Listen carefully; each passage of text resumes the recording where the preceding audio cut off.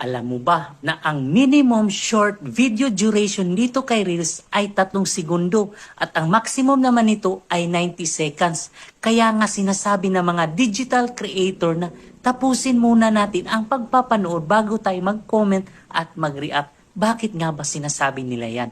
Ganito po kasi guys, pag tinapos kasi natin ang pagpapanood ng 90 seconds sa reel ng kasamahan natin, makakatulong po tayo doon sa kanyang criteria na kailangan sa in-stream ads na 60k minutes view.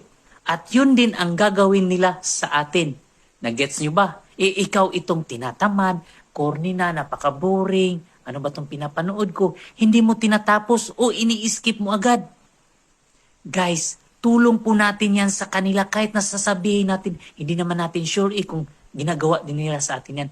Guys, gawin natin yung dapat nating gawin na makakatulong tayo sa iba. Huwag tayong maghangad ng kapalit. Pero maniniwala tayo, babalikan pa rin po tayo niyan, pati na si Meta.